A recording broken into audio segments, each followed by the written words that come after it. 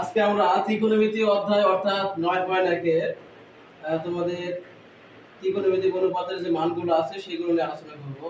তো প্রথমে এসে আমরা ত্রিকোণমিতি কাকে বলে এবং ত্রিকোণমিতি শব্দটিকে ভাঙলে কি কি অর্থ পাওয়া যাবে। তো প্রথমে আসি ত্রিকোণমিতি শব্দের প্রথম অক্ষর হলো প্রথম শব্দ ত্রি, ত্রিতে তীর, আর বলতে আমরা বুঝবো কোণ, মিতিতে পরিমাপ।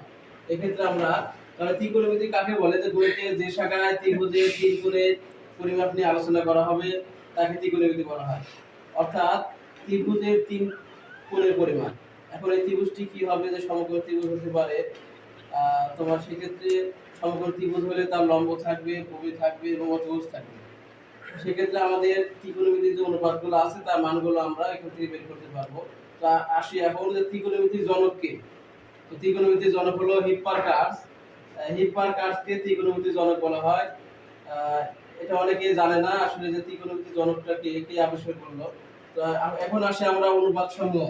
তো এখন অনুপাতের মধ্যে আছে যে প্রথমে sin θ সমান লম্বভাগ অতিভুজ। sin θ সমান লম্বভাগ অতিভুজ কিভাবে হয়, যে আমরা জানি সাগরে লবণ আছে, এই কথাটি মনে রাখবো যে সাগরে লবণ আছে। সাগরে লবণ আছে কথাটি মনে রাখলে সাগরতে sin θ, লবণতে লম্ব, আছেতে অতিভুজ, তাহলে sin θ সমান হলো লম্বভাগ অতিভুজ। দুই নম্বর অনুপাতটা হলো কবরে ভূত আছে। আমরা কি মনে রাখবো, কবরে ভূত আছে, তাহলে কবরে হলো cos θ, ভূতে ভূমি, আছেতে অতিভুজ, তাহলে cos θ সমান ভূমি ভাগ অতিভুজ। আমরা এই দুইটা সূত্র থেকে অন্যান্য সূত্র বের করতে পারি। কিভাবে, যে আমরা জানি sin এর বিপরীত cosec। তো sin এর বিপরীত cosec তার মানে হলো sin θ সমান যদি লম্ব ভাগ অতিভুজ হয় তাহলে cosec θ হবে অতিভুজ ভাগ লম্ব, এবং cos θ সমান যদি ভূমি ভাগ অতিভুজ হয় তাহলে cos এর বিপরীত হলো sec, তাহলে sec θ সমান হবে অতিভুজ ভাগ ভূমি। এবং 3 নম্বর অনুপাতটা আমরা যেভাবে মুখস্থ করব, ছন্দটি হলো যে টেনা লম্বা ভূত। টেনা একটি লম্বা ভূত, তাহলে টেনাতে tan θ, লম্বাতে লম্ব আর ভূতে ভূমি, তাহলে tan θ সমান লম্ব ভাগ ভূমি। এবং আমরা জানি যে tan এর বিপরীত হলো cot, তাহলে tan θ সমান যদি লম্ব ভাগ ভূমি হয় তাহলে tan এর বিপরীত হলো cot θ, তাহলে cot θ সমান কি হবে, ভূমি ভাগ লম্ব।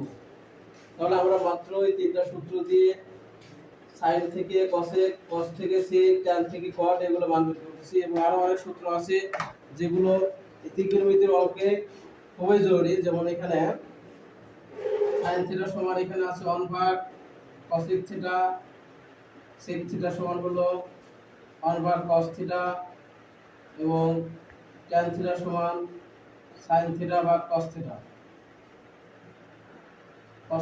তারপরে আছে হলো sin cot θ plus cos cot θ সমান 1। এটা পরীক্ষাতে অনেক সময় এসে থাকে, এসএসসি পরীক্ষায় যে প্রমাণ করো যে sin cot θ plus cos cot θ সমান 1, এটা প্রমাণটা অনেক সময় আসে, তো এটা জানতে হবে।